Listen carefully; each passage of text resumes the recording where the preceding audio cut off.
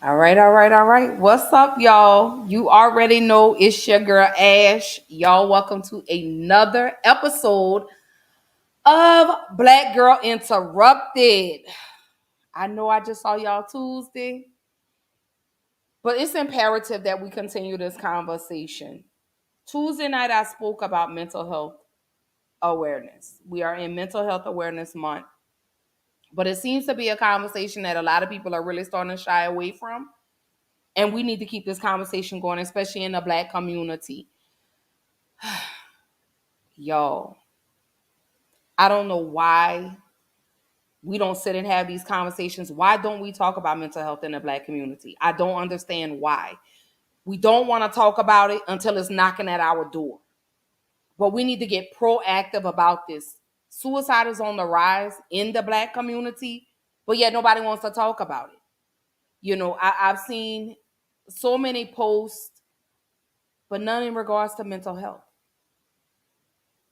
So before I even jump into tonight's conversation, I want to first say RIP to Kevin Samuels. I've seen more posts about Kevin Samuels than I've seen about anybody. You know, no, I did not agree with a lot of the things that he had to say, but no, I don't wish death on anybody. And I've seen some of the most tacky, some of the most classless posts come across my timeline. Some of y'all know who y'all are. That's that toxic behavior. But again, before we jump into tonight's conversation, y'all already know I always like to play something motivational, something inspirational to get everybody up and going. Y'all know I always do my mental health check-in. So drop in the comments. Y'all let me know how y'all are feeling. I want to know how y'all are doing. Yes, today is Friday. Some of y'all got paid. It's Mother's Day weekend. It's a little difficult for a lot of people, but I always have to do my mental health check-in. Before every episode, y'all know, I got to know how y'all are feeling. I need to know how you're doing mentally. So before we jump into tonight's conversation, again, y'all already know I always have something motivational or inspirational to play. So I want to go ahead and play this video, and then we're going to jump into tonight's conversation.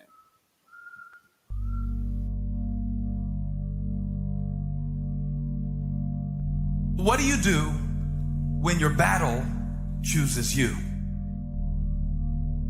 What do you do when something shows up on your doorstep that you did not directly cause, choose, or definitely anticipate?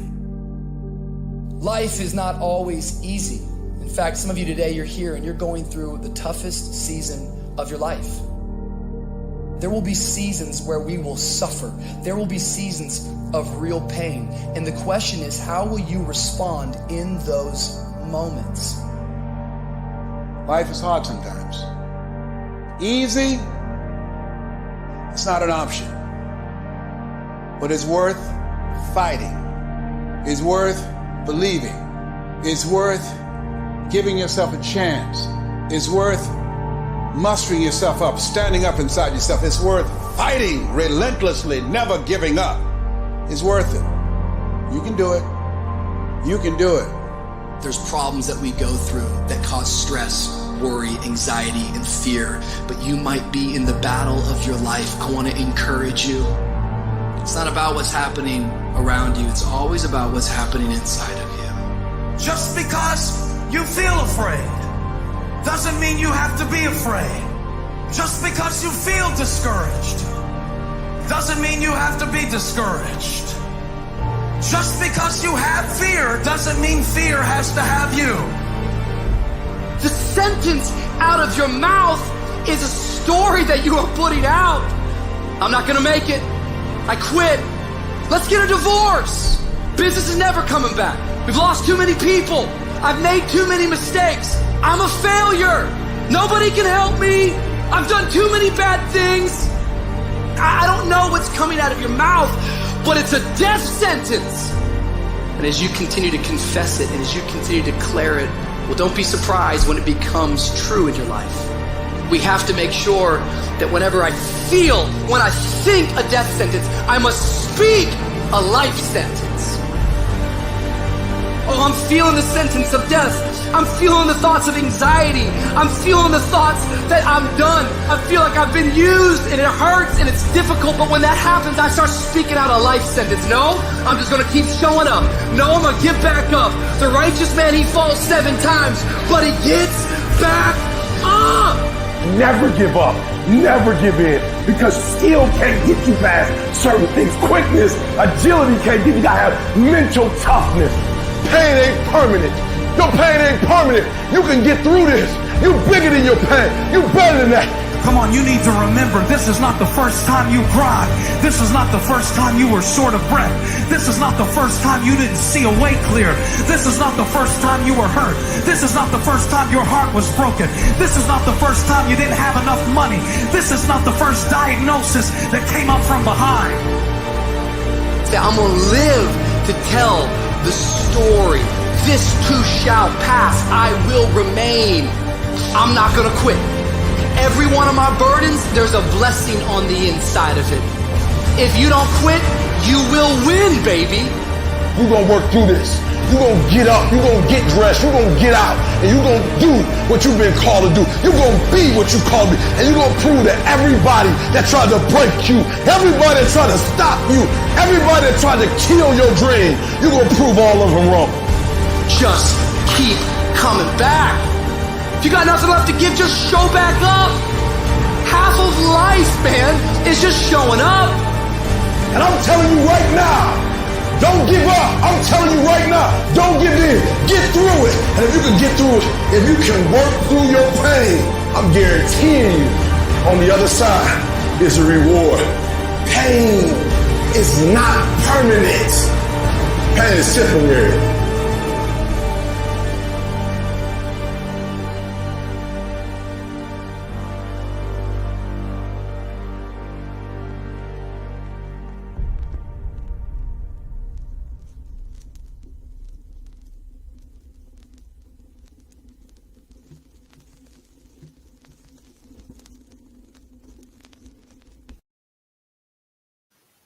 All right.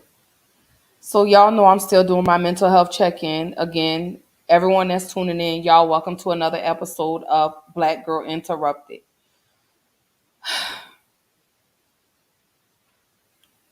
Tonight's conversation is going to get real heavy. It's going to get real deep tonight.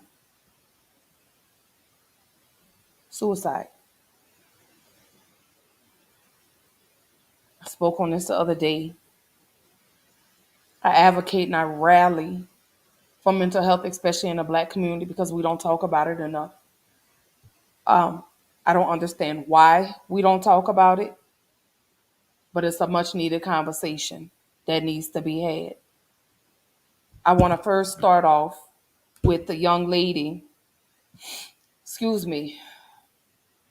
Y'all bear with me, because this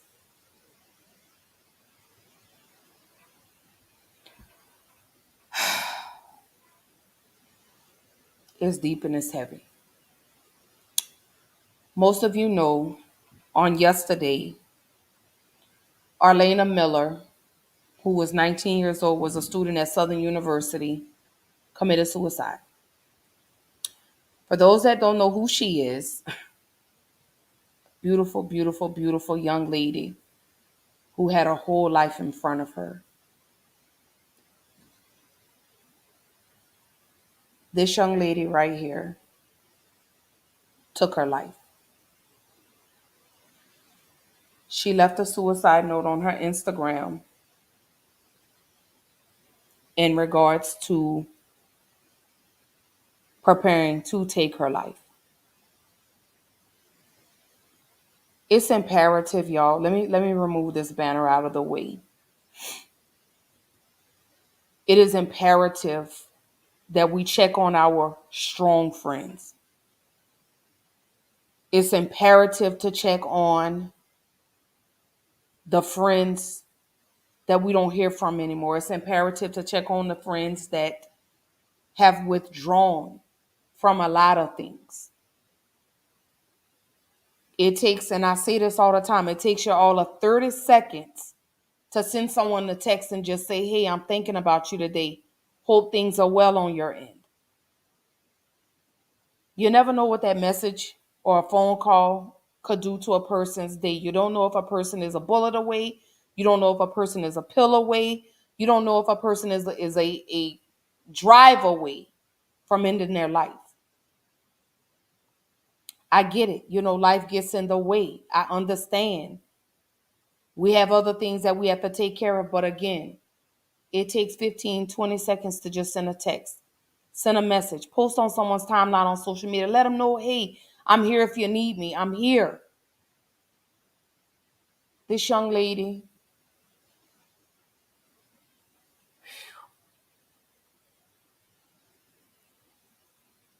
y'all have to bear with me.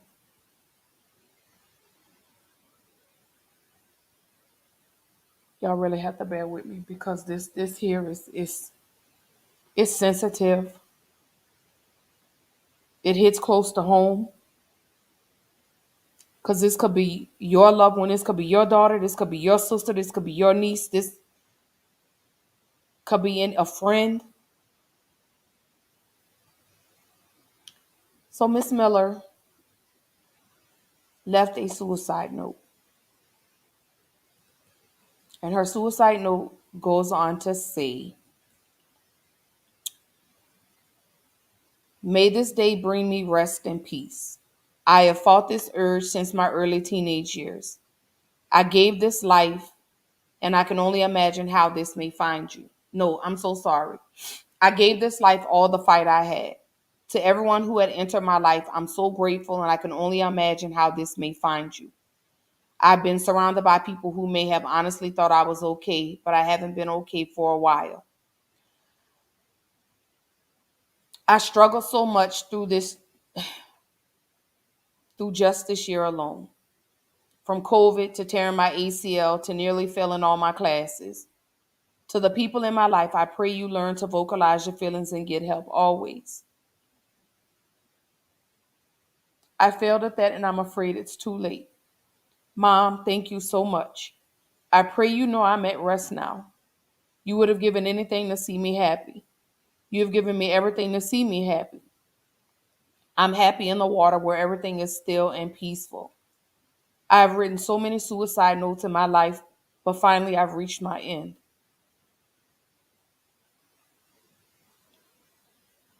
I hope this teaches everyone to check on your strong friends. Be present always. I'm contradicting myself, but never give up. I know that I'm letting a lot of people down by what I'm about to do, but truth is, I've already let down so many people throughout my life and it just feels unbearable. I've lost my connection to God. The devil seems to have won, and that is okay. I blame no one for this. I thank everyone for all they've done, and I'm sorry. I'm so, so sorry. But thinking about how everyone else will feel about my death is not enough either. I've tried to please and make everyone else happy my entire life. I've been dead inside for too long. To everyone I love, just remember that this is not your fault, and I pray you don't find guilt in my situation. To my granddad, I wish you were here to tell me I'm being stupid, to tell me it's not worth it, but you've left me and found your own peace. I've always been stubborn and prideful just like you. I always dreamed of becoming so many things that I am today, but they just aren't enough. I'm not enough. I haven't felt enough for a while.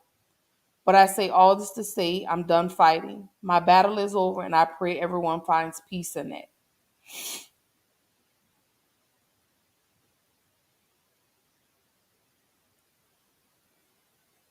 I really had to take a moment, y'all.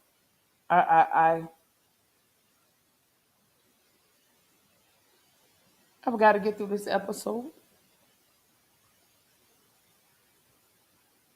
because there's somebody out here right now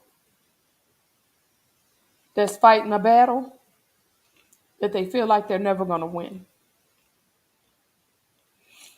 I only speak from personal experience because I know what it's like. I know what that feels like. I know what it feels like to be in those dark spaces and you feel like everything you do is never enough for anybody. You feel like you've let your family down. You feel like you've let your friends down. You feel like you've let the whole world down. So you feel like the only way out of here is death. Why not die? I felt every word that that young lady made in that post. My heart goes out to her mother, to her friends, her loved ones. I know that pain. I know that pain all too well. Being in those dark spaces, y'all,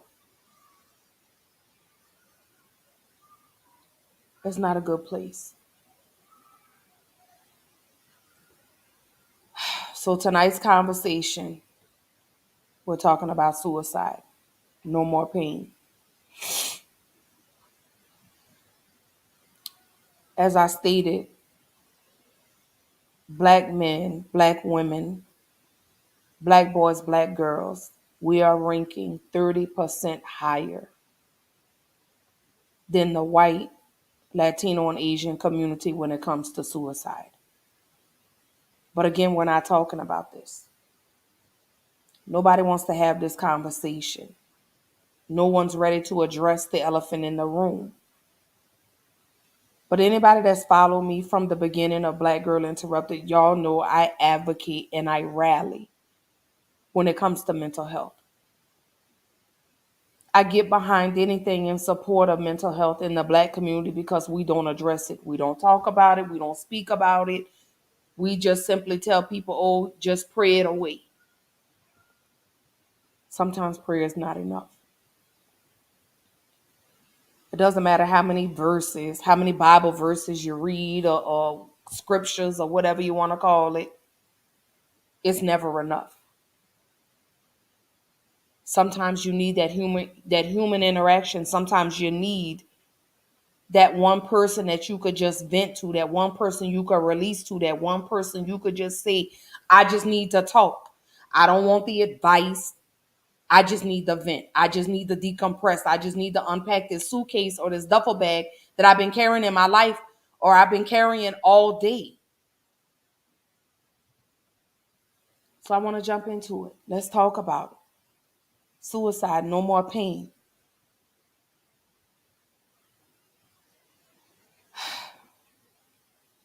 What are the signs and symptoms of a suicidal person?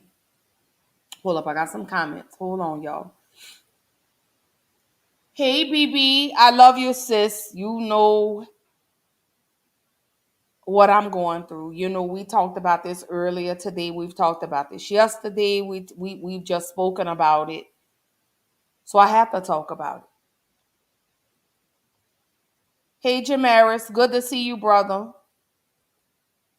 Azrael, hey, what's up, what's up? How are you feeling? I want everyone to drop in the comments. Let me know how you're feeling mentally. How are you feeling today? What's on your mind? What's on your heart? What can I do to help? What can I do to be of support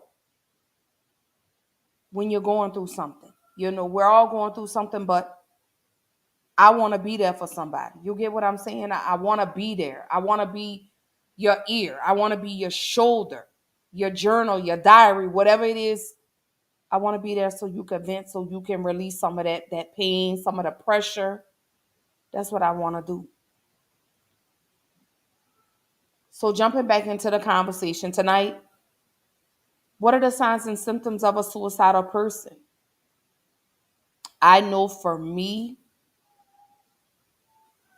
when I was having my moments, and I still have them from time to time. Again, I'm not embarrassed. I'm not ashamed to share my struggles, my issues when it comes to depression and my suicide attempts. I'm not afraid to talk about it because I could be helping somebody else, you know. So I pulled up a list. So some of the common signs when it comes to suicidal thoughts, a person could be focusing on, or they could be talking about death and dying.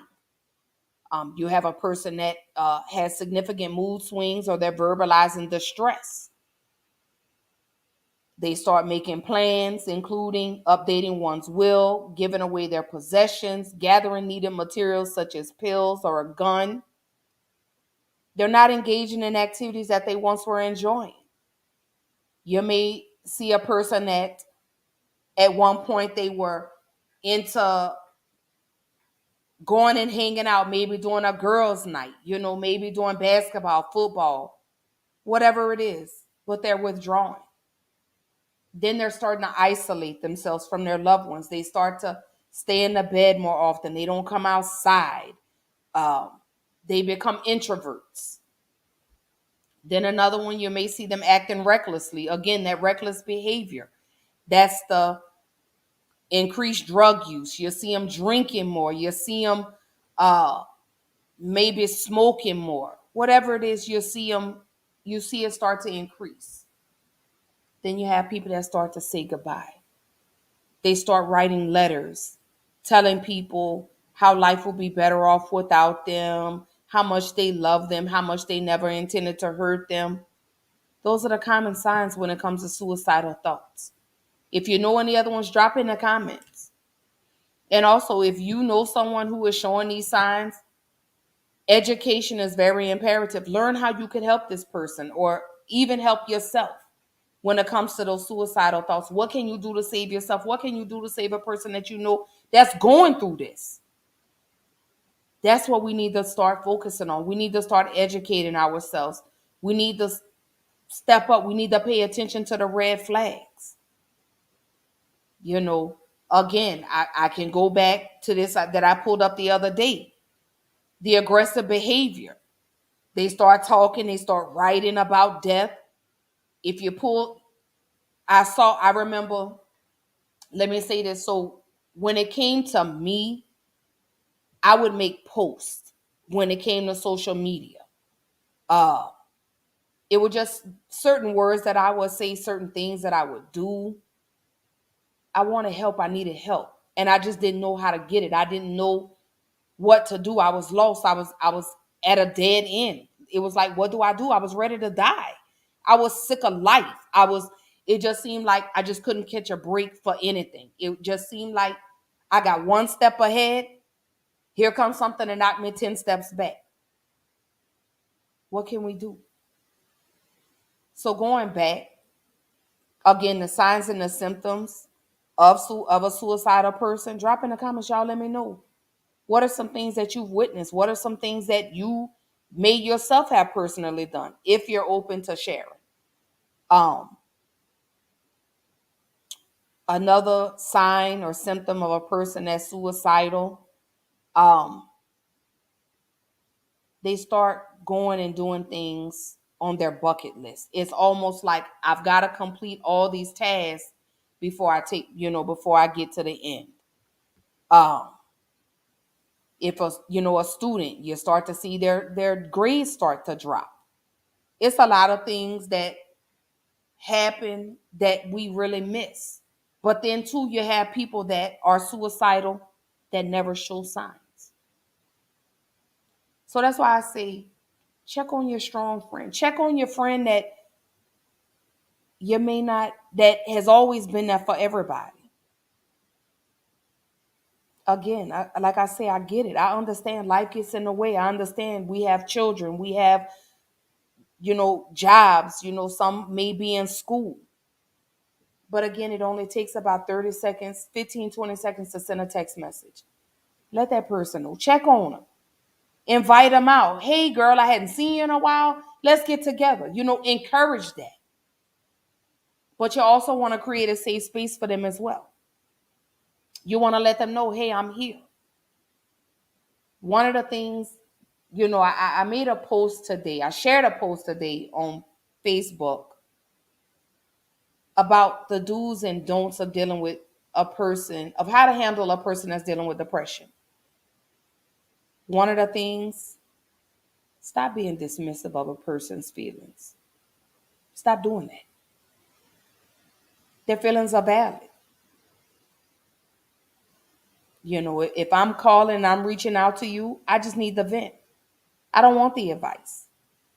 I just need an ear. I just need a shoulder. I need to be able to release. Hence, y'all, I come here and I do my podcast. I do Black Girl Interrupted. This is what I do. This is my space where I'm able to vent. This is the space where I'm able to relax and I'm able to unwind and I'm able to tell y'all what's going on with me. I'm able to tell y'all that. This is my safe space. So encourage and create safe environments for people to feel safe, to be able to decompress, to be able to unpack their suitcase. Because when a person doesn't feel safe, they're not going to talk about it. They're not going to discuss it.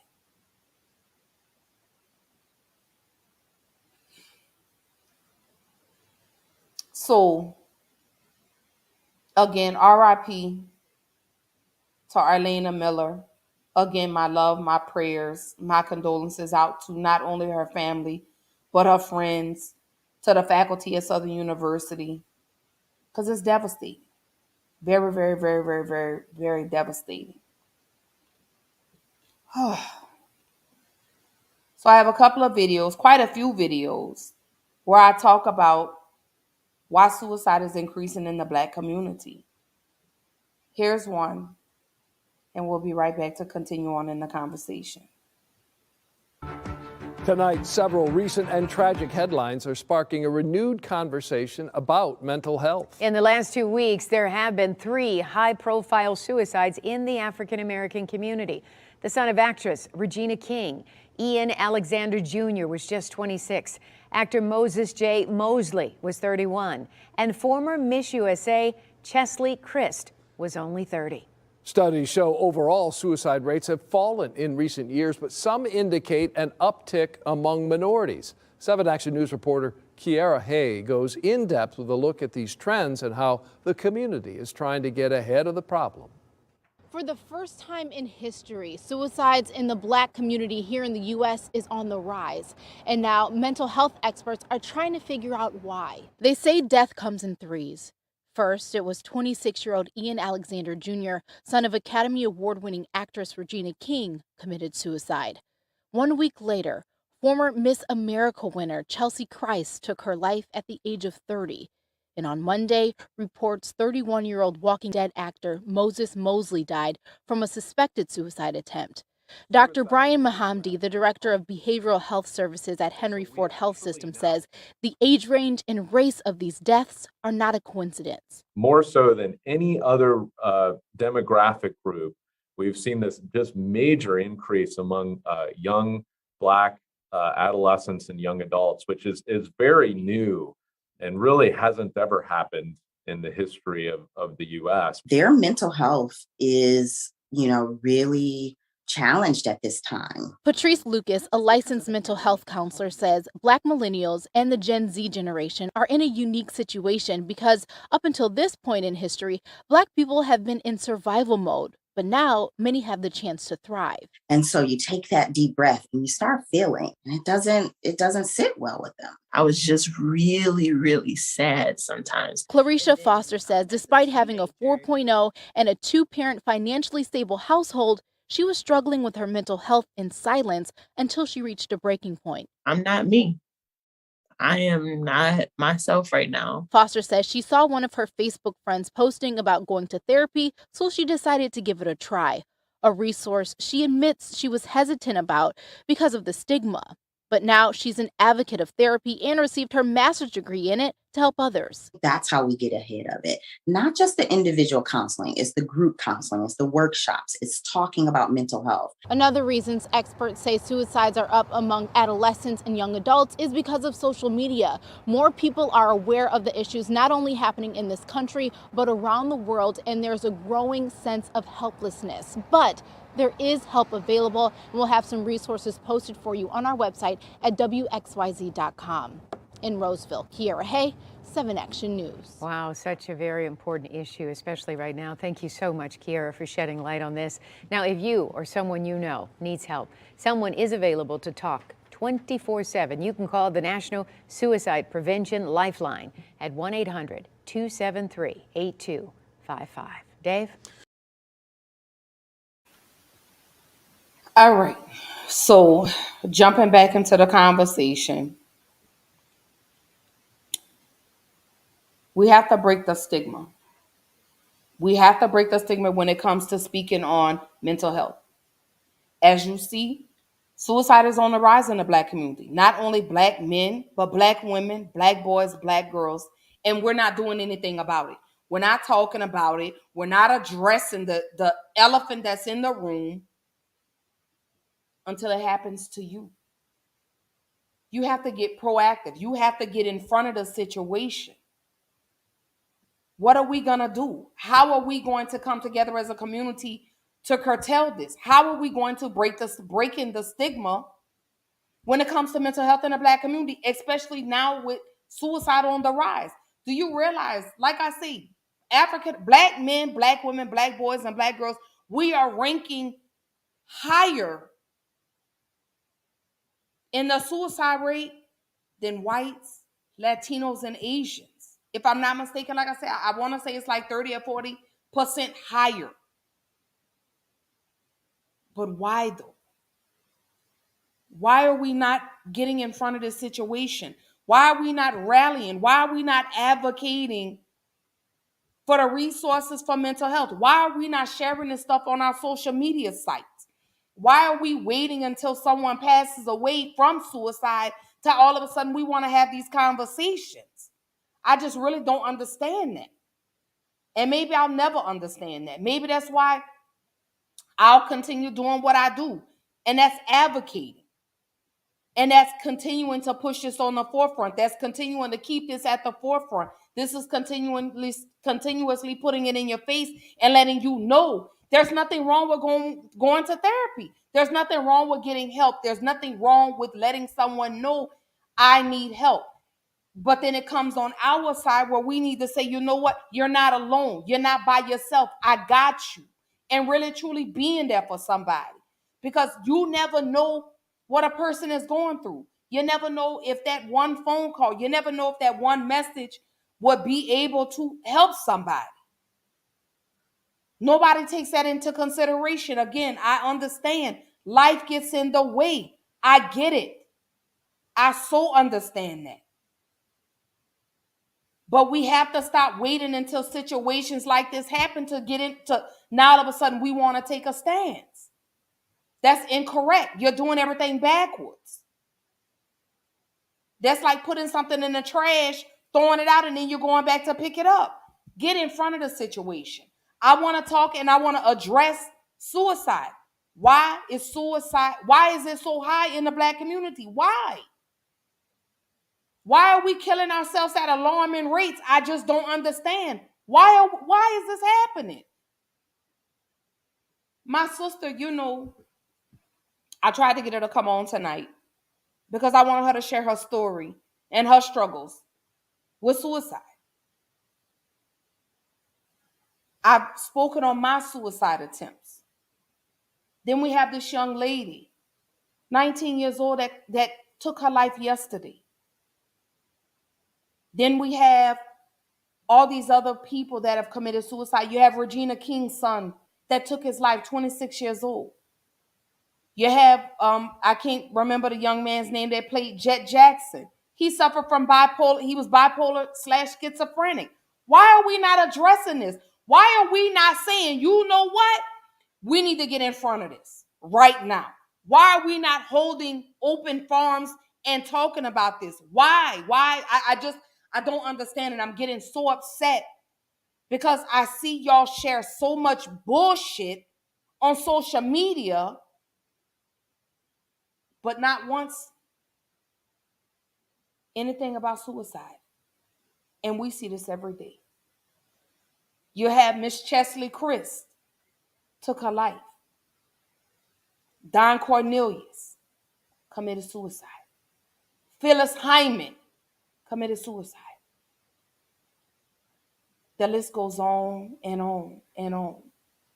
And they're getting younger by the day. We're seeing kids as young as 6 years old taking their lives.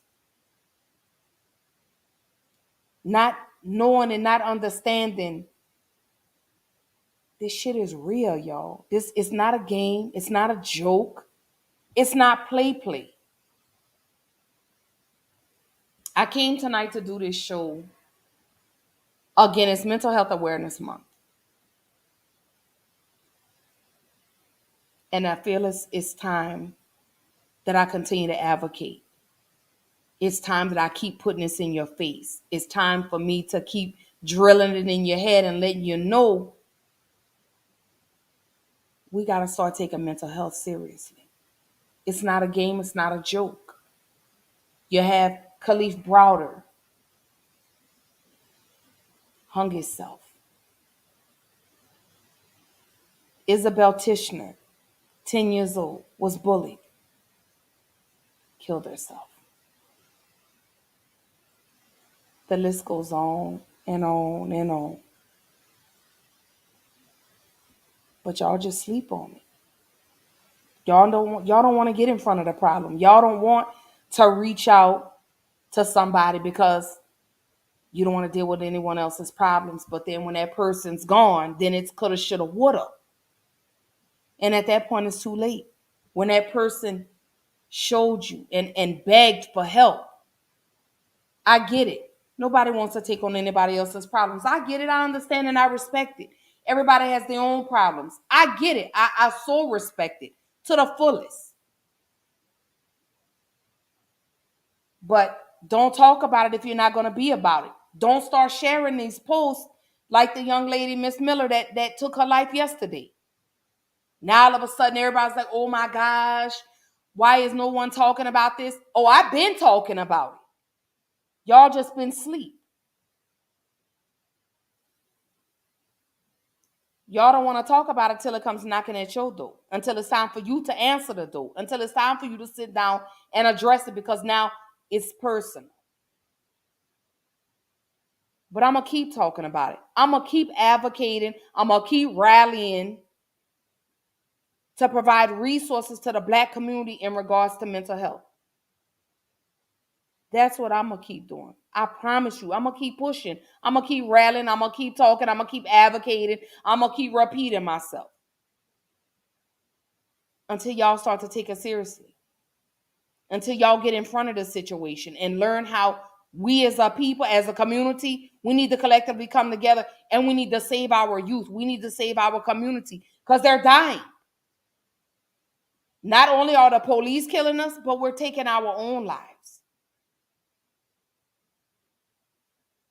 But y'all not ready to have that conversation. I've seen more people post nasty posts in regards to Kevin Samuels passing away. But y'all don't want to address the real elephant in the room. Y'all not ready to talk about that. Y'all not ready to push this. You're not ready to get out there and talk to your state legislatures to push for more funding to go towards mental health. Y'all need to get out there. Go talk to your city council people. We need more funding because guess what? They've cut funding.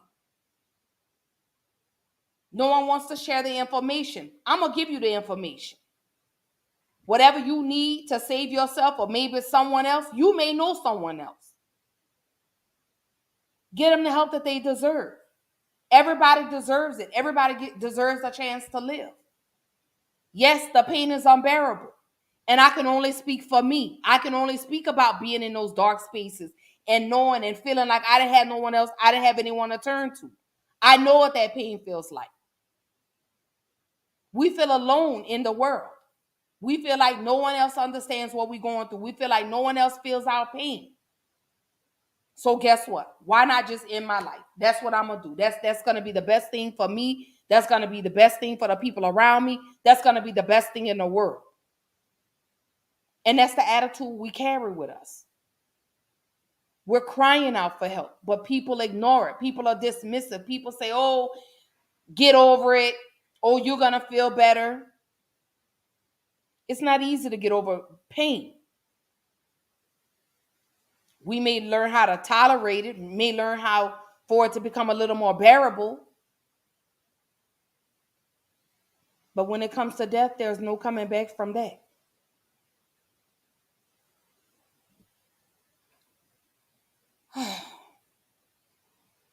So another question that I have, how do you help someone who is suicidal? What do you do? How do you handle that?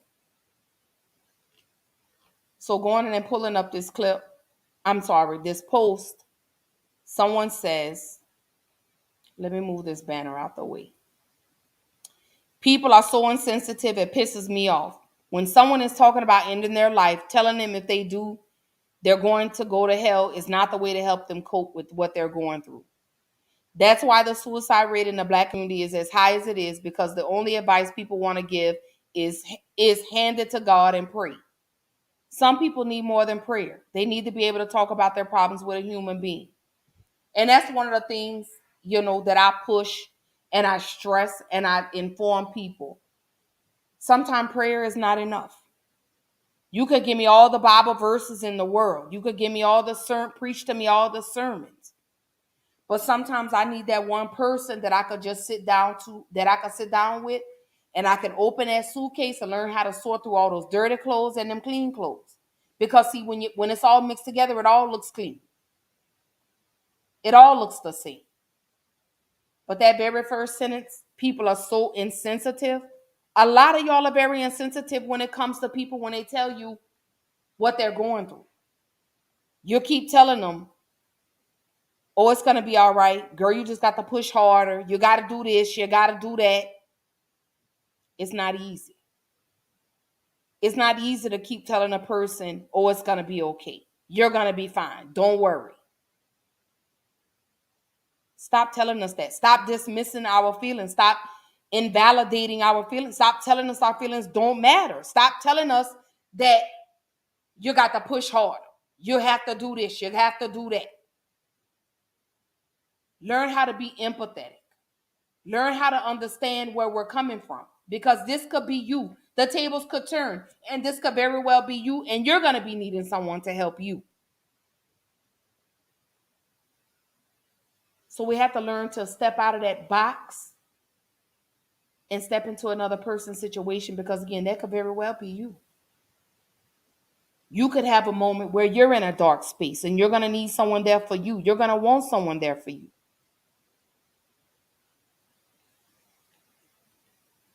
So one of the things that you could do to help someone is to educate yourself. I know I showed this the other day, but educate yourself and your children about mental health. You want to share your life examples of people with mental health disorders. Share real life examples.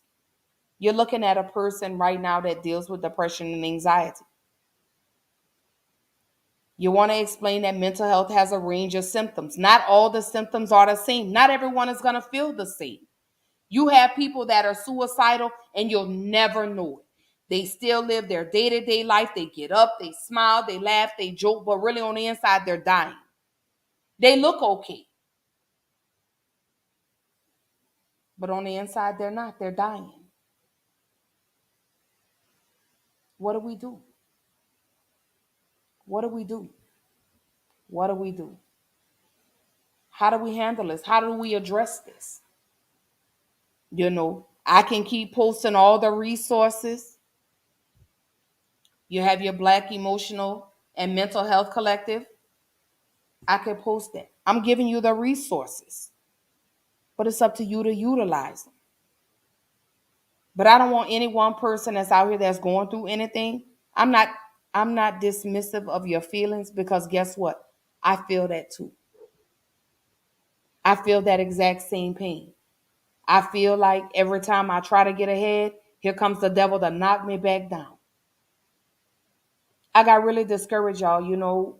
I start my new job on Monday. But I'm still trying to figure out, how am I going to pay my light bill? No money coming in. Fighting for unemployment. Everything. I'm ready to throw in the towel. But I have to keep going. I have to keep going. Y'all depend on me. My children depend on me.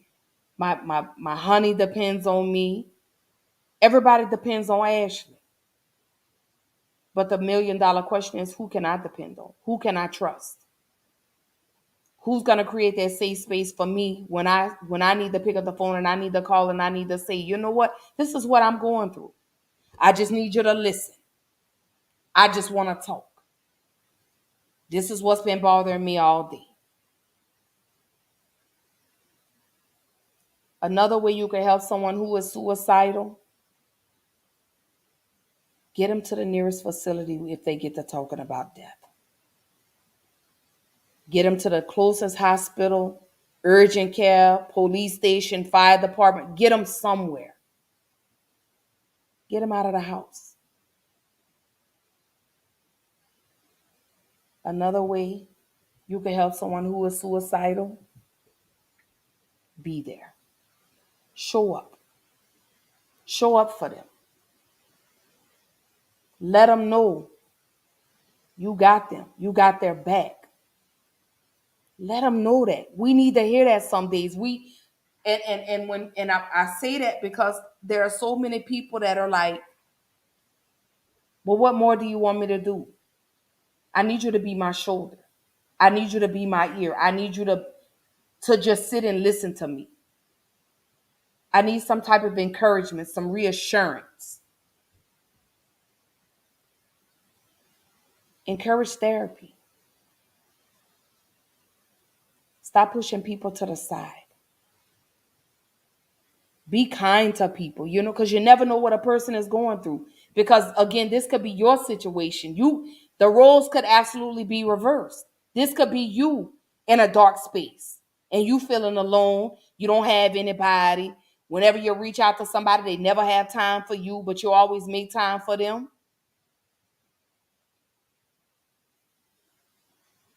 Show up. Show up when it matters the most. When it comes to helping someone who's suicidal, show up. Be who you say you're going to be. Don't beat us down. We already feel beat down. We already feel discouraged. We already feel defeated. We don't need the extra. All we need is that one person or that group of people to wrap their arms around us and let us know it's going to be okay. You got this. And what can I do to help you get through this? What do you need from me? A lot of y'all don't even ask. Like I say, I get it. Everybody has their own life. Everybody has their own dealings. They have families, and I get all of that. But if you could sit and you could post foolishness on Facebook or Instagram or Twitter, send a message to that strong friend, the one that you see that's there for everybody, because you don't know if they're dying on the inside. Because I'm that strong friend that everybody calls. I'm always pouring into somebody, but I'm always left with the short end of the stick. But then I'm wrong when I shut down and I set boundaries and I say, hold up. I'm draining myself. I'm exhausting myself. My cup is now empty. So now I need to take a step back. Now I need to rejuvenate. I need to pull myself together because I've got 3 people that depend on me. And that's Jacory, Jamari, and Chase. My children. That I have to be strong for. That I have to push through. I have to put my pain to the side because I have to show up for them. You get what I'm saying? That's what I have to do. And it's a battle. It's a struggle. It's a constant fight to not give up, to try to remain strong. It's a battle. It's a struggle. And I do whatever I can, y'all, to keep going. I do whatever I can. Even if my hair is all over my head. Even if I have to go walk out on my patio and stand out there for a minute or two just to get some fresh air. Because I got to push through. I got to keep going. Because I can't let the devil win. I can't allow the devil to defeat me. So going back and talking about mental health, you have to listen to and support others with mental health concerns. That's what I mean, that support. Building that sister circle, that brotherhood, rebuilding that village, and allowing a person to come into a space where they're able to talk without the judgment. Stop being a mess maker. Let me say that. Stop being a mess maker. Because a lot of y'all, when a person comes to you and they're venting to you, the first thing y'all do is y'all want to run and y'all want to tell somebody, girl, let me tell you about Ashley, girl. She over there going through it, girl. She this, that. Why? Why do that? I'm coming to you in pure confidence. I'm coming to you because I'm trusting you, because I'm trusting that you'll recognize my feelings. I'm trusting that you will normalize that and tell me it's okay for me to feel this way. Give me the grace. Instead of telling me, oh, girl, you're going to be all right, girl. Stop stressing about that. It's easier said than done. So I want you to drop in the comments. Let me know, how do you help someone who is suicidal? I do have the suicide prevention hotline number. Let me move this out of the way. 1-800-273-TALK. If you are in a crisis or you know someone else that's in a crisis, please call that number. Call 911. We have to do something. We really have to curtail this rise in suicide in the Black community. So I have another video, y'all. And when I watched this video, y'all, my heart really broke. Because it talks about Black kids are twice as likely to commit suicide. So hold tight. Here we go. And then we're going to jump back into the conversation. In the U.S., Black children under the age of 13 are twice as likely to die by suicide than white children. It felt like people were looking down on him. So we buried him this high, so when they had to come and see him, they always had to look up. And experts aren't entirely sure why this deadly disparity is happening. Mental health does play a big part. We need more support and awareness. We got to break the cycle. Over the past decade, suicide attempts among Black children rose 92%. On January 19th of 2019, 10-year-old Seven Bridges was one of those children. Seven was a blessing to everybody that met him. From the day he was born, he was always the star and didn't know it. Tammy Charles is Seven's mother. She alleges that physical abuse and racist slurs at school harmed her son's mental state. So throughout 2019, she used Facebook to document her son's struggles. I'm in school and my son has been called a and a and choke.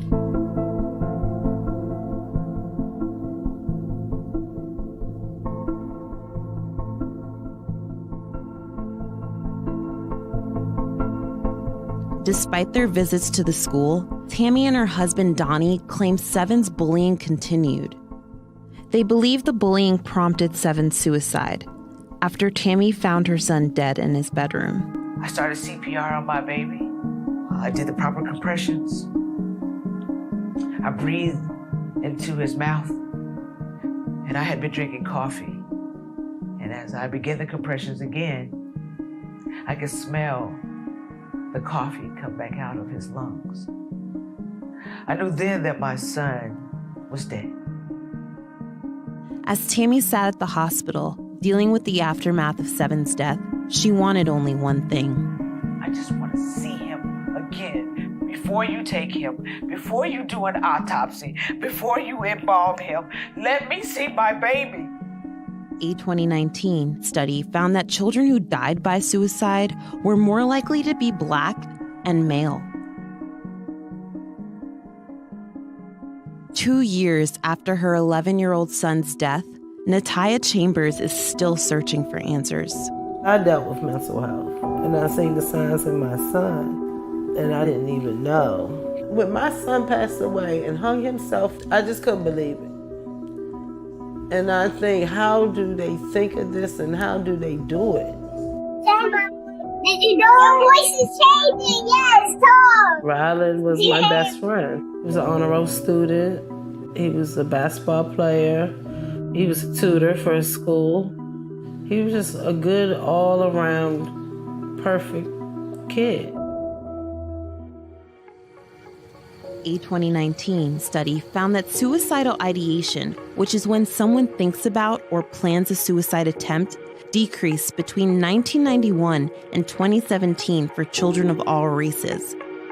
But when researchers took a closer look and surveyed children, they found that suicide attempts for Black kids rose 73%.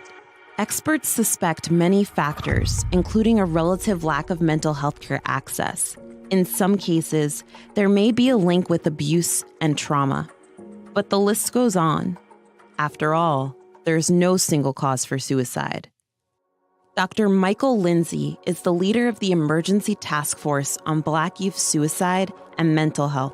From a policy perspective, we are doing what it takes to get mental health professionals in every school, not just one professional, but proportionate to the number of kids in a school.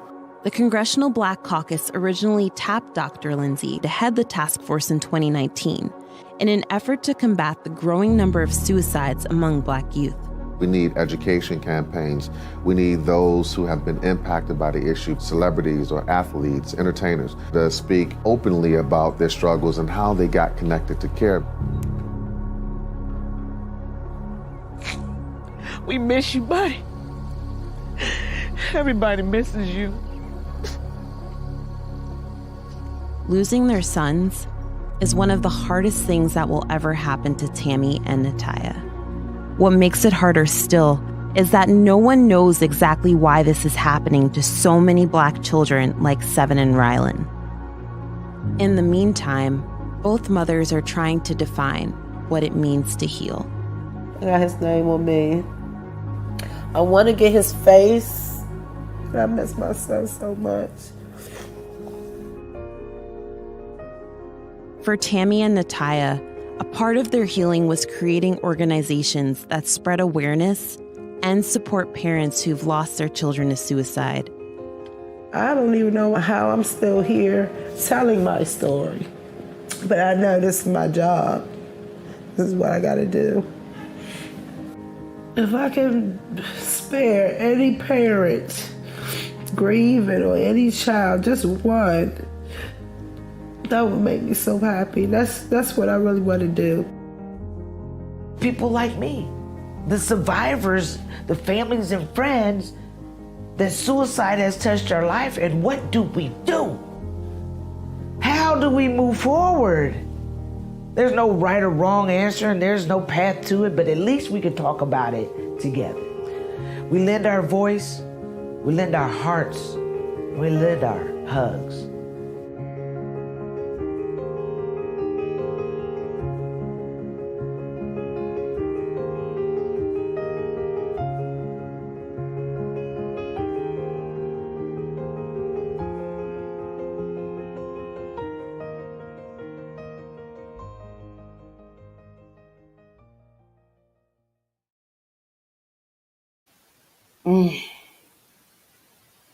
Y'all, I teared up watching that.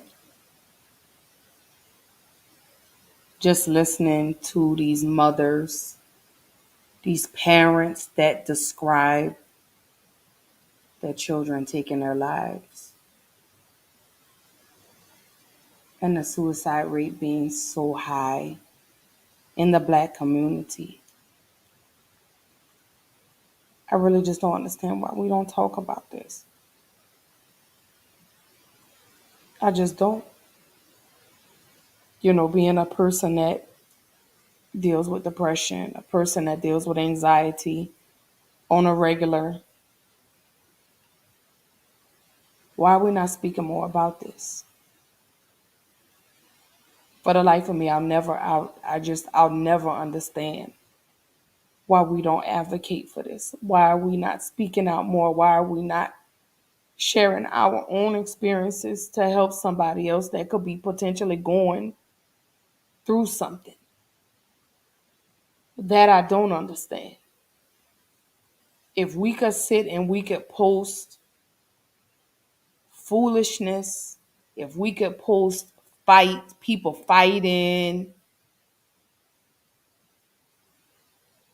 we could take a moment to address mental health. We could take a moment to express what it's like to have PTSD, what it's like to be bipolar, what it's like to be schizophrenic, what it's like to go through postpartum depression. We could talk about those things. I think we need to sit down and that's a conversation. We need to get out in our communities. We need to go speak to our local officials. What can we do to be a part of the solution? What can we do to help get funding out there? You get what I'm saying? Yes, it's Mental Health Awareness Month, but Mental Health Awareness Month doesn't end May 31st. It goes on even once the month ends.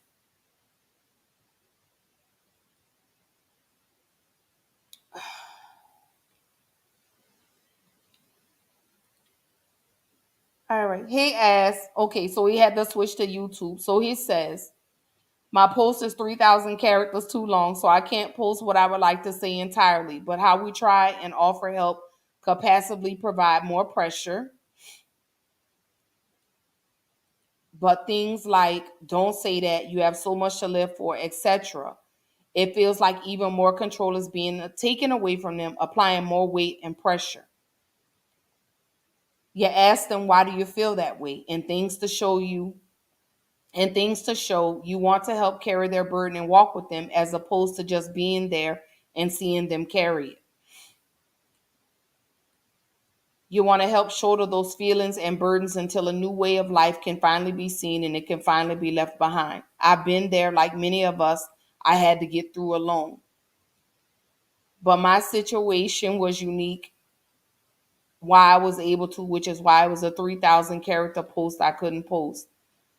Trust me, I don't know why they limit what you post. I think it should be more than 3,000 characters because there's a lot of people that love to, that would love to share their stories and can't.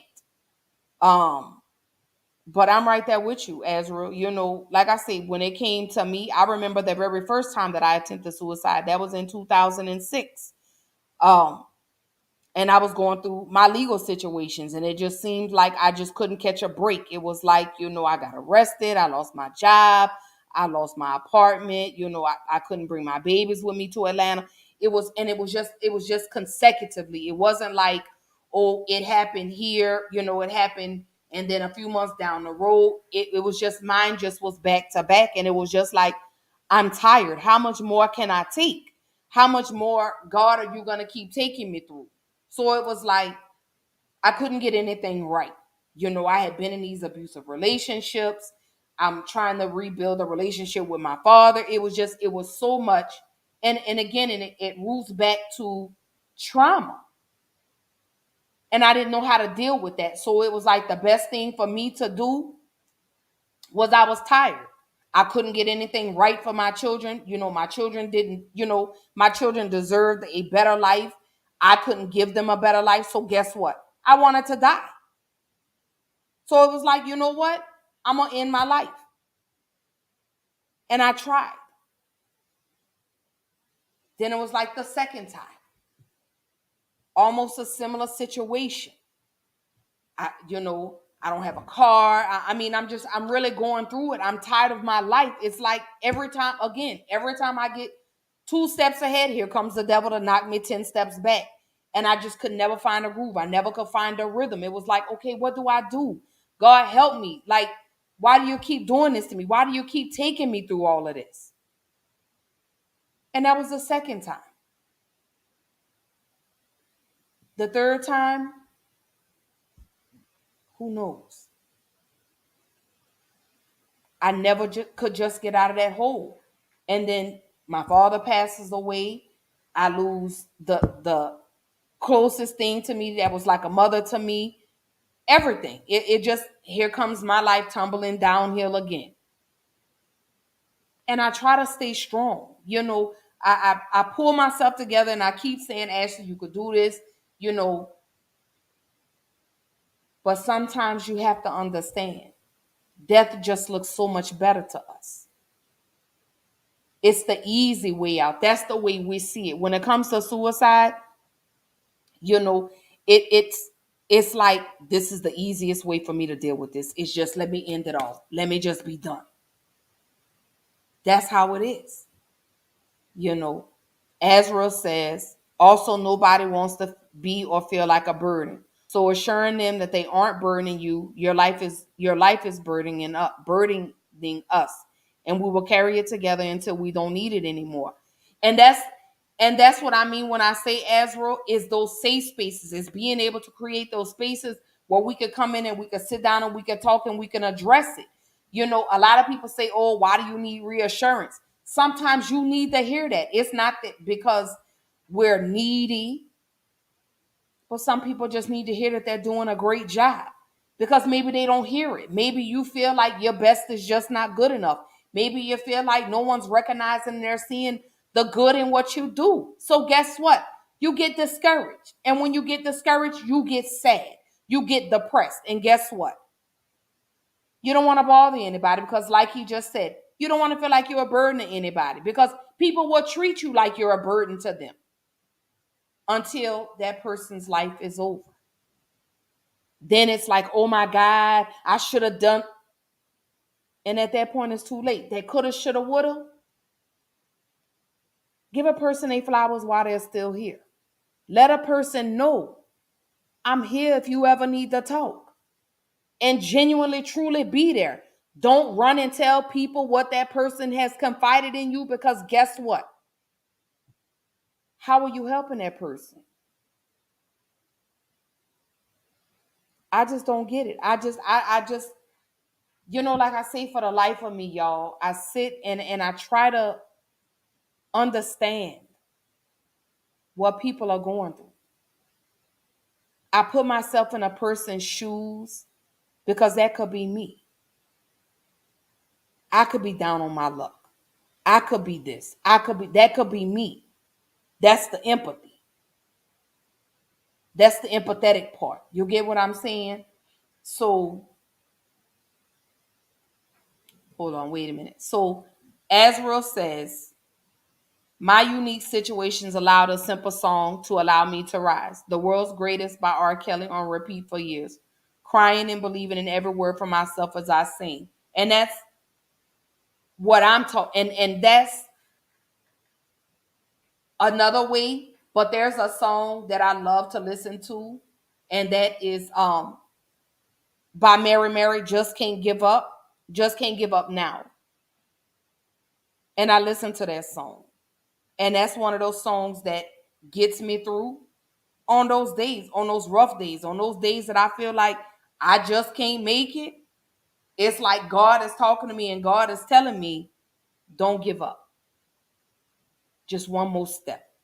One more step. One more step. You got it. Just one more step. Just take that one step. Because that one step is going to get you closer to your destination. That one step is going to get you to where you need to be. So I try to push. I do. But I do fall weak. I do literally fall weak. Like a lot of people out here that are battling depression. A lot of people out here that are battling anxiety. A lot of people that are battling mental illness, whether you're bipolar, whether you're schizophrenic, whether it's postpartum depression, post-traumatic stress syndrome. We can't give up.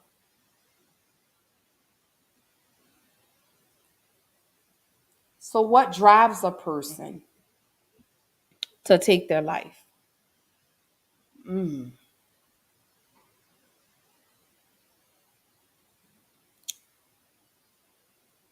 They just can't deal with it anymore.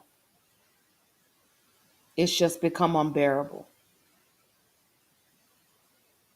It's time for me to go. I can't do this. I fought. And no matter what I do, I just can't make it to the finish line. So that's what drives a person. The pain becomes unbearable. They've done everything that they could do. They've done the counseling. They've done the therapy. They've done whatever it is, the smudging, the journal writing. They've done it all. The pain has just become unbearable. So now I'm ready to end the pain. I'm ready for the pain to stop. That's what drives a person. The pain becomes too much. So I've got to end it. It's got to go. It's got to go away. A friend of mine commented today. He shared a post today talking about the young lady from Southern University that committed suicide. And he said, let me go to the post, y'all. Let me get it pulled up because I want to make sure that I tell you guys correctly. So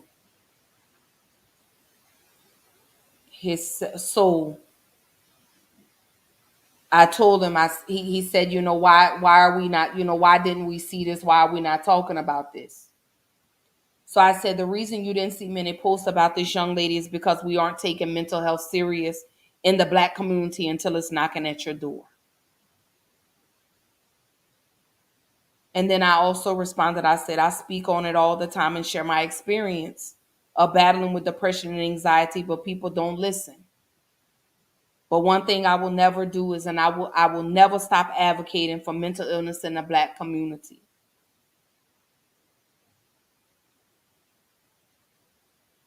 He says, people don't want to kill themselves. They just want the pain to stop. I told him, I said, in reality, we really do want to die.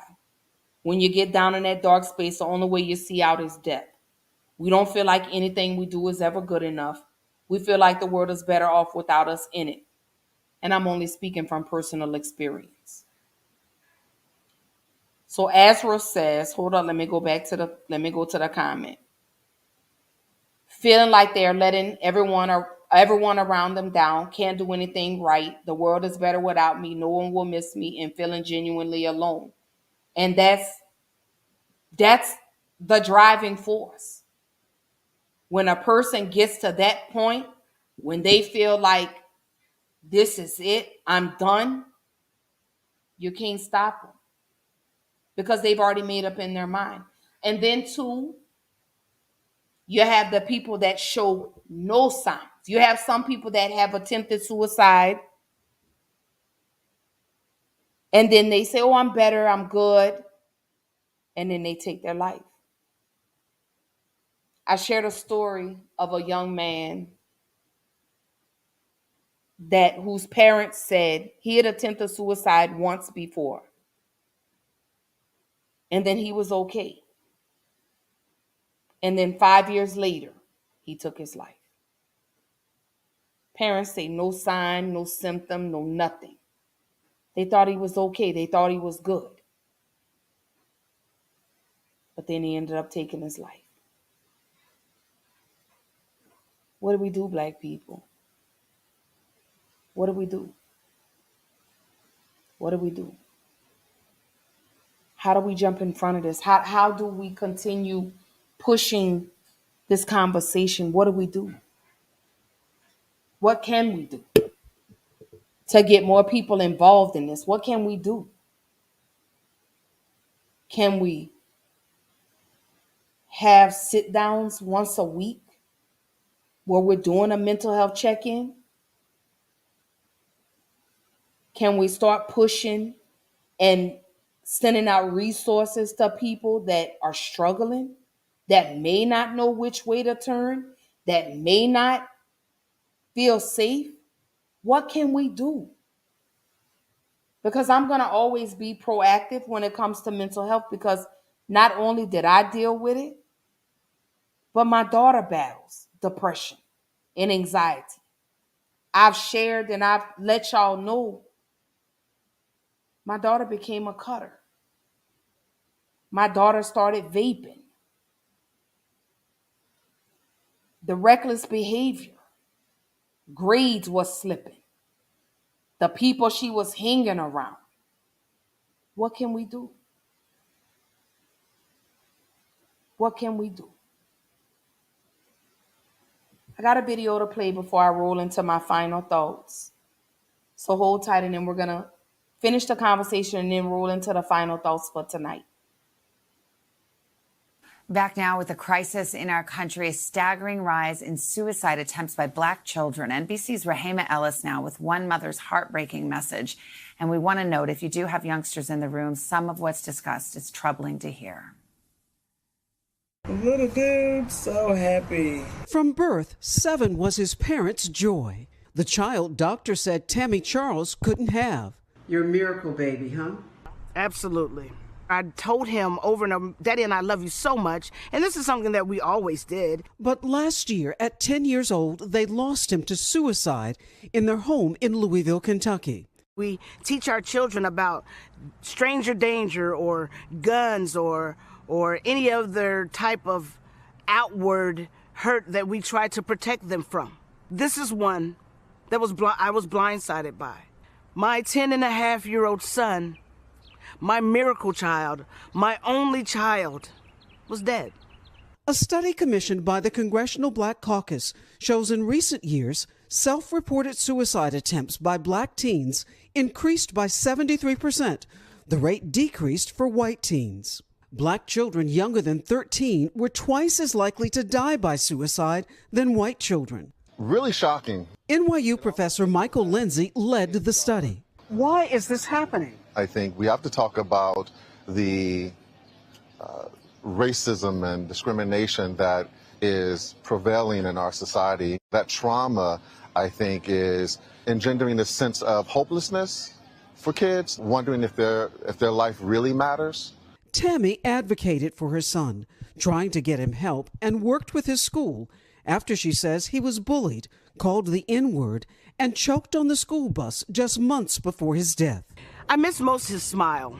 I miss calling his name, and I miss hearing someone call me mommy. That is what I miss the most.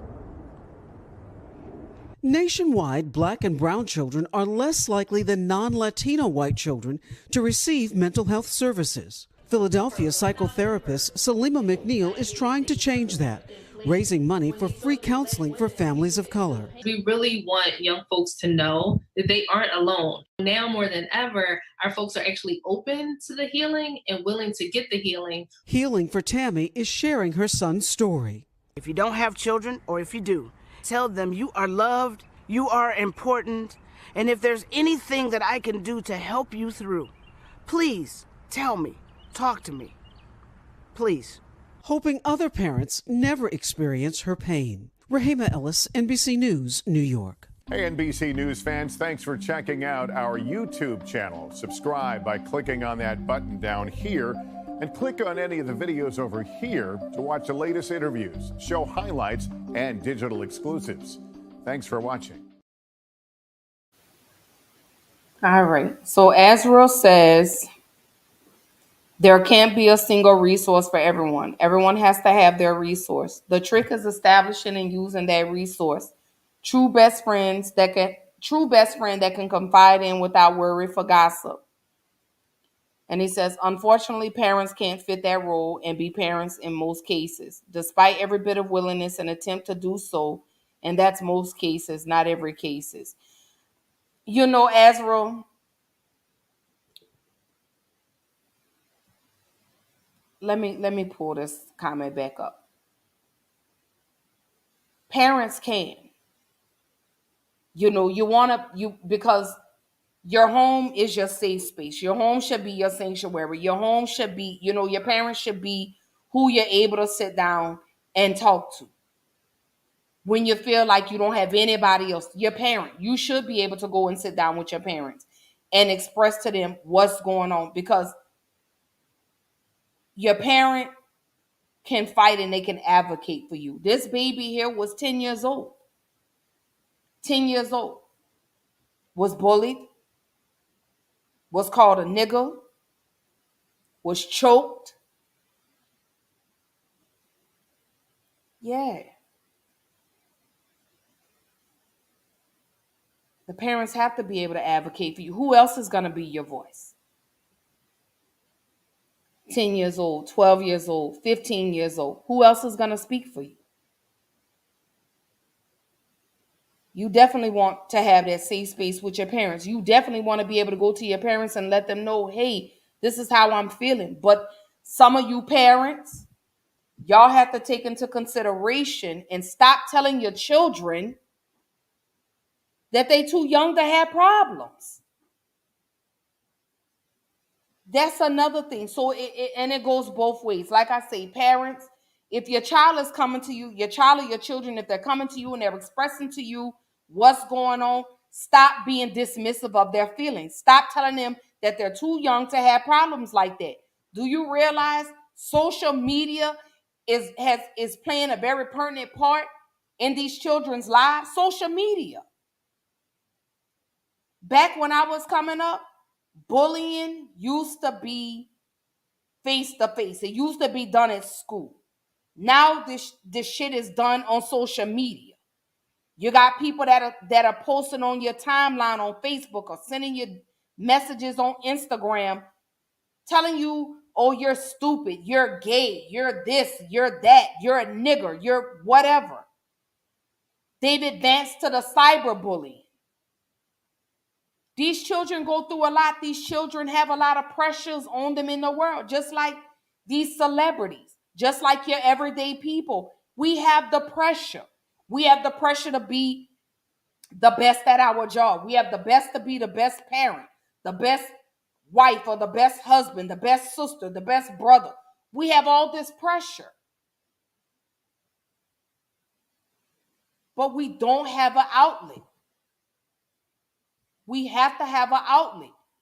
These resources need to be provided to us. They need to be one of the things that I feel like it needs to be pushed in schools. Elementary school, junior high, high school, college.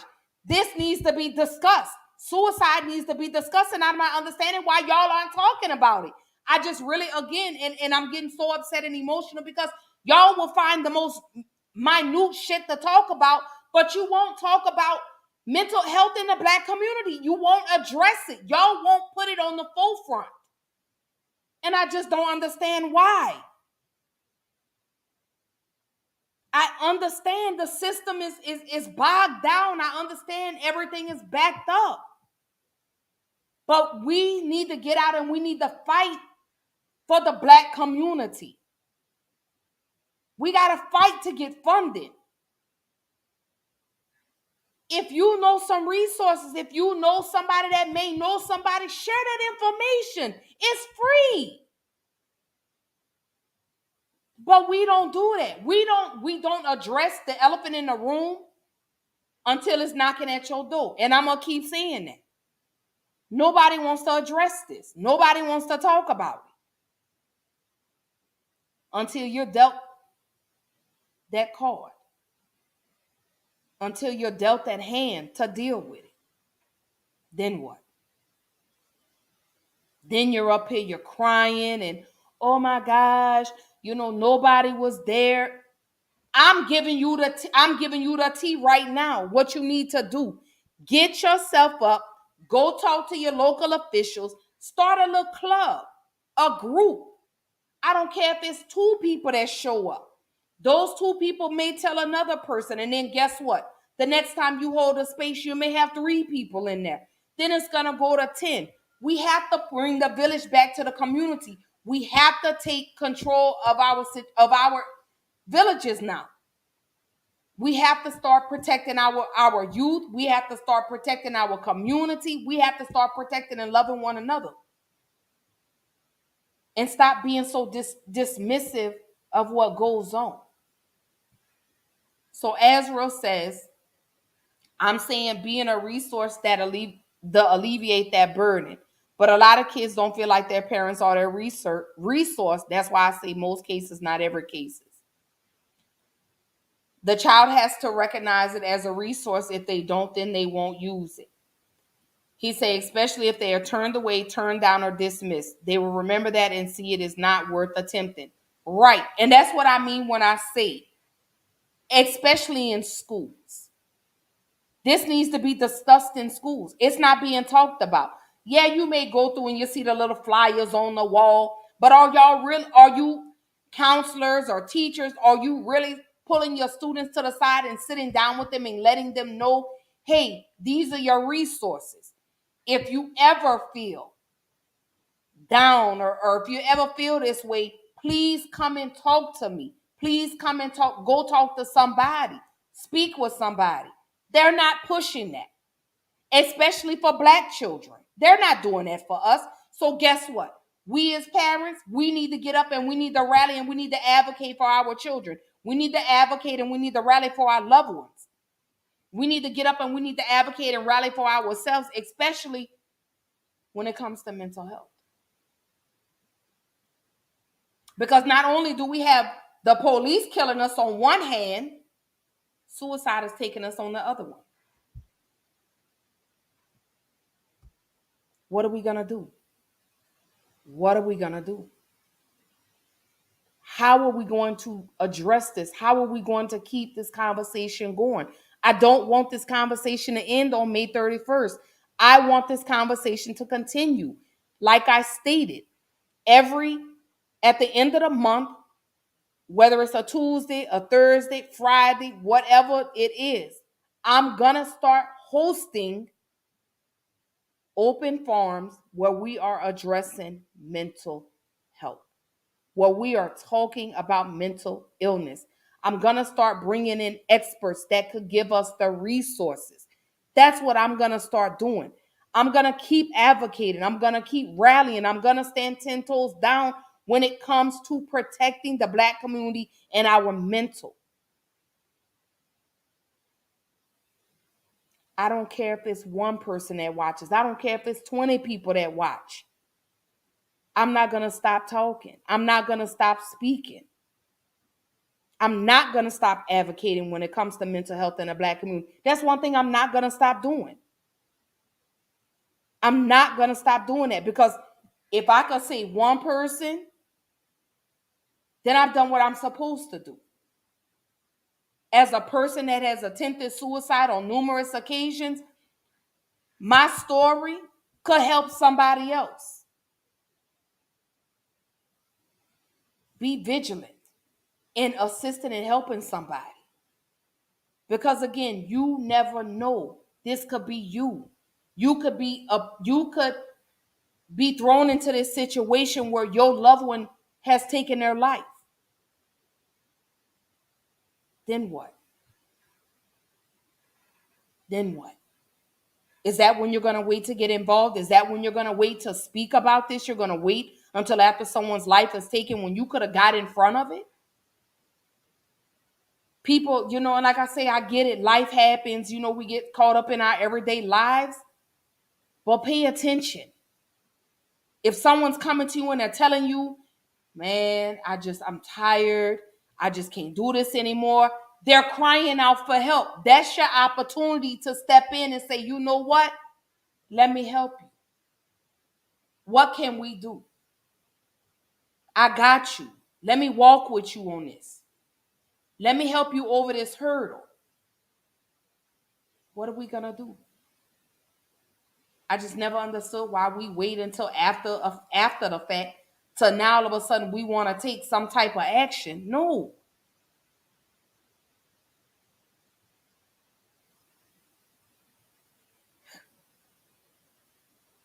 We got to be proactive people.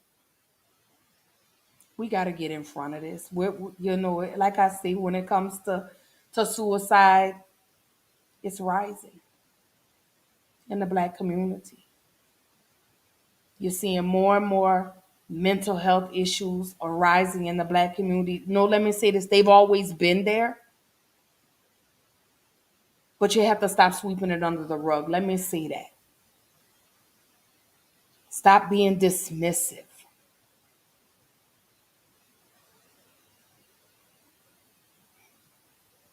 I don't know how much more to say. I don't know how much more to do, to push, to encourage y'all to get involved, to take a stance, to challenge y'all to be proactive, to challenge y'all to get in front of this situation and not wait until after something has transpired. I really just don't understand. I really just don't get it. Let me go into my final thoughts.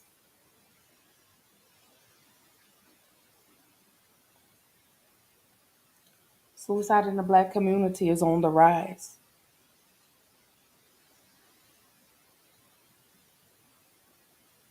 It's knocking on our door. It's starting to hit home. We're starting to see it more and more and more. But yet, what are we doing? We're being dismissive. We're not taking it serious. We're not being proactive. We're not getting involved. Is it because it doesn't apply to you? Is that why we're not getting involved? Is this why we're not speaking about it, because it doesn't apply to you? I don't care if it applies to you or not. Get involved. Don't wait until the situation happens and then all of a sudden you want to start, oh, I need to do this. No, you had the time. I say this to my black men, my black women, my black girls, my black boys. If you're going through something, please let somebody know. I would rather hear you tell your story than to read about it without the hashtag RIP behind it. That's what I ask. You know. I ask that everyone be proactive. I ask that everyone take a stance. I ask that everyone get involved. I ask that everyone, you go to your local legislator, you go to your city councilman, you go to your local and your city officials, and you rally and you push. I don't care if you have to go by yourself. You go down there and you advocate and you rally. That's what you do.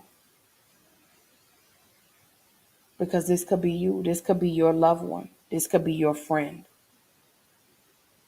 that I'm up here advocating for. What do we do? How do we handle this? We have to keep having these discussions. Yeah, it's uncomfortable, but it's real life. You know.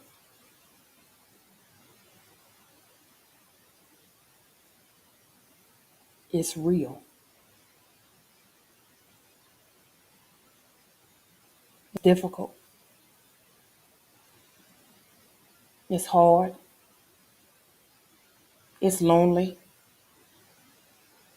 It's dark. It's all of that.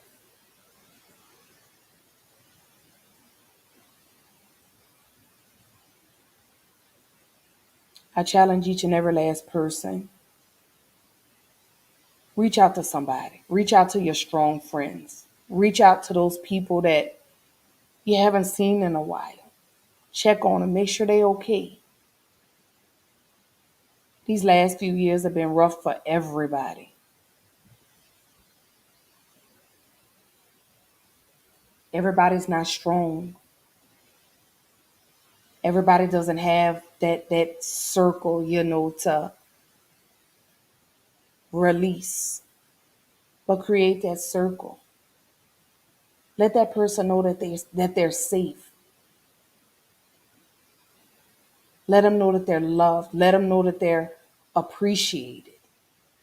Let them know that. We need to hear that sometimes. We need to know that we're loved. We need to know that we're doing a good job. Sometimes that we need to hear that. You don't know how that'll change a person's whole day to hear that you're doing a great job.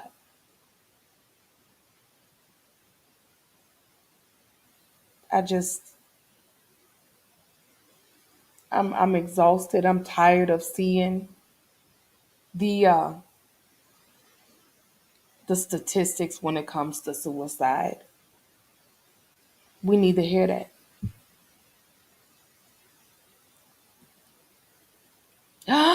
There go my Bubba. Hey, Bubba. He says, honestly, it's difficult speaking to people you know in therapy costs. Nonetheless, I appreciate you, sister. And I appreciate you too, but you know, it's free to start your own support group. It's free.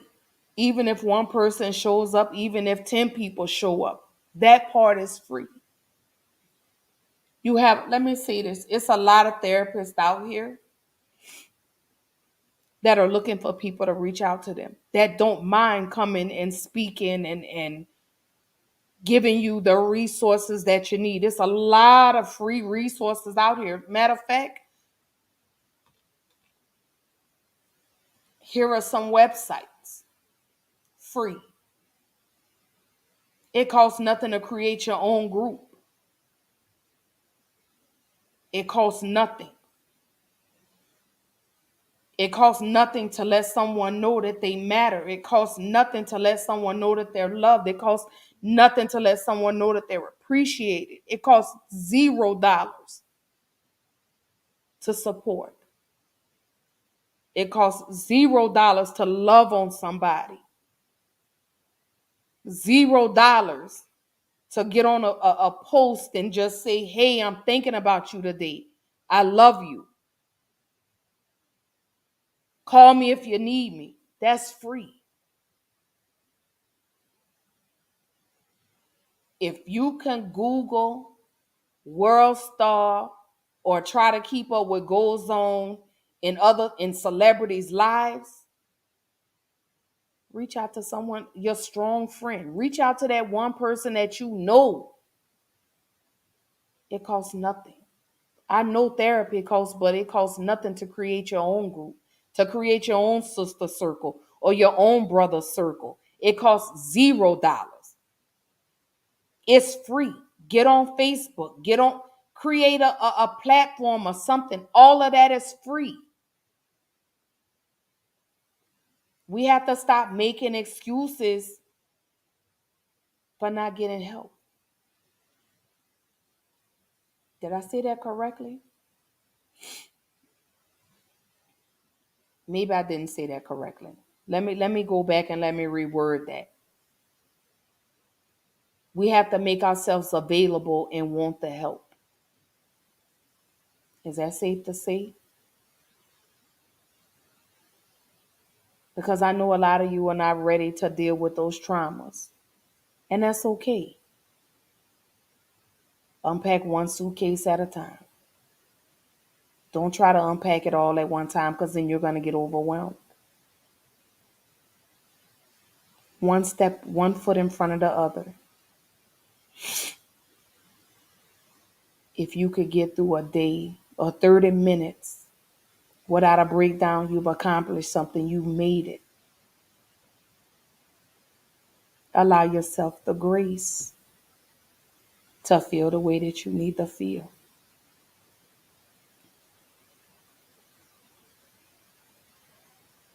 Look in the mirror and tell yourself you could do it. You got it. You got it. On those dark days, I know it. I have to remind myself every day, Ashley, you got this. As many times as I've fallen down, I may crawl, but I'm going to get back up. I'm going to keep going. I'm going to keep pushing. And I'm going to keep pushing, and I'm going to keep advocating. I'm going to keep rallying for somebody else that's falling down too. That's what I'm going to do. I'm going to keep loving on everybody, even if I don't get it in return. Because I do want you to know that it gets better. It gets easier. I have my moments. I have my days. But if I can encourage somebody, if I can help somebody, if I could do anything with anybody, then I've done a good job. I've done a great job. I know what my purpose is, and that's to be the voice for the voiceless, for the ones that are afraid to share their stories. I don't care about being judged, because at the end of the day, when my judgment day comes, I won't see you there.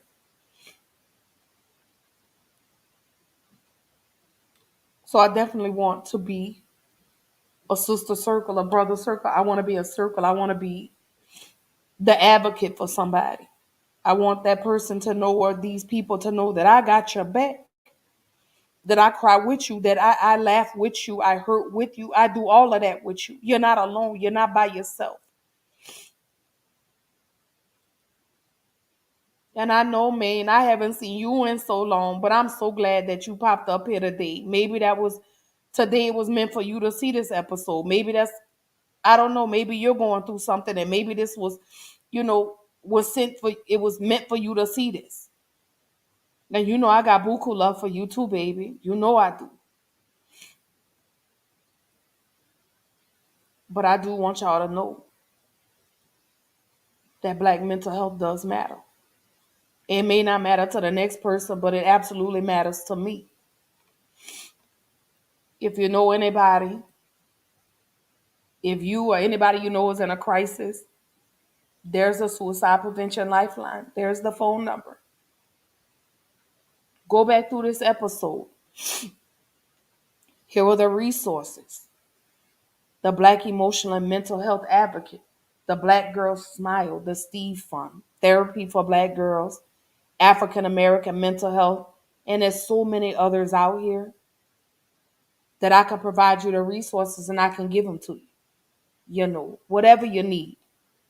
Whenever you're going through something, you let me know. But I got to post this post one more time as I bring this show to a close. People are so insensitive, it pisses me off. When you have someone that's talking about ending their life, telling them if they do, they're going to go to hell, is not the way to help them cope with what they're going through. That's why the suicide rate in the Black community is as high as it is, because the only advice people want to give is hand it to God and pray. Sometimes people need more than prayer. They need to be able to talk about their problems with a human being. That resonates so strongly with me, because that's all I've been told my whole life, was to pray. Prayer wasn't enough for me. I got therapy. I have a therapist. And she has helped me. So I encourage anybody that's going through anything, I advocate for you to please get some help. Again, I can't say this enough. I would rather hear you tell me your story than to read about it with RIP behind it. Here's another resource. theblackmentalhealth.com/suicide. Free.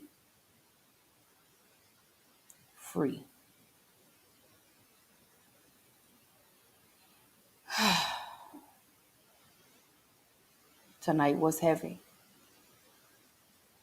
But again, it was much needed. This conversation had to be had. This conversation will never end. I will continue on with this conversation. I will keep advocating. I will keep speaking. But again, at the end of the month, every month, my last episode of every month is going to be in open forum. It's going to be a mental health check-in. We're going to talk. We're going to cry. We're going to laugh. We're going to do whatever we can to get you over that hill of pain. Whatever I got to do, I'm going to help you get through it. I'm not licensed. I'm not a therapist. I'm not all of that.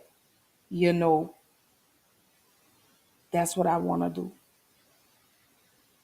And I challenge each and every last person that's tuning in, reach out to your friend.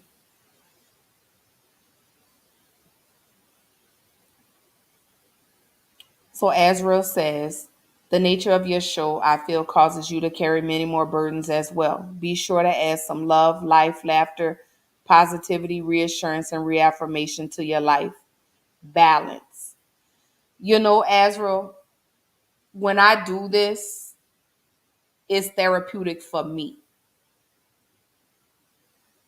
to share my stories, to share my journey. I'm able to release. And I'm opening the door for someone else to feel safe, to be able to release. Because a lot of people don't talk because they feel like they're the only ones that go through this. So when you see someone that you're familiar with, someone that you're close with, speaking and sharing, you're able to feel safe. You're able to feel comfortable. I'm going to always have my laughter. I'm going to always have positivity. I'm going to always give reassurance and affirmation anytime I do a show and it's deep like this.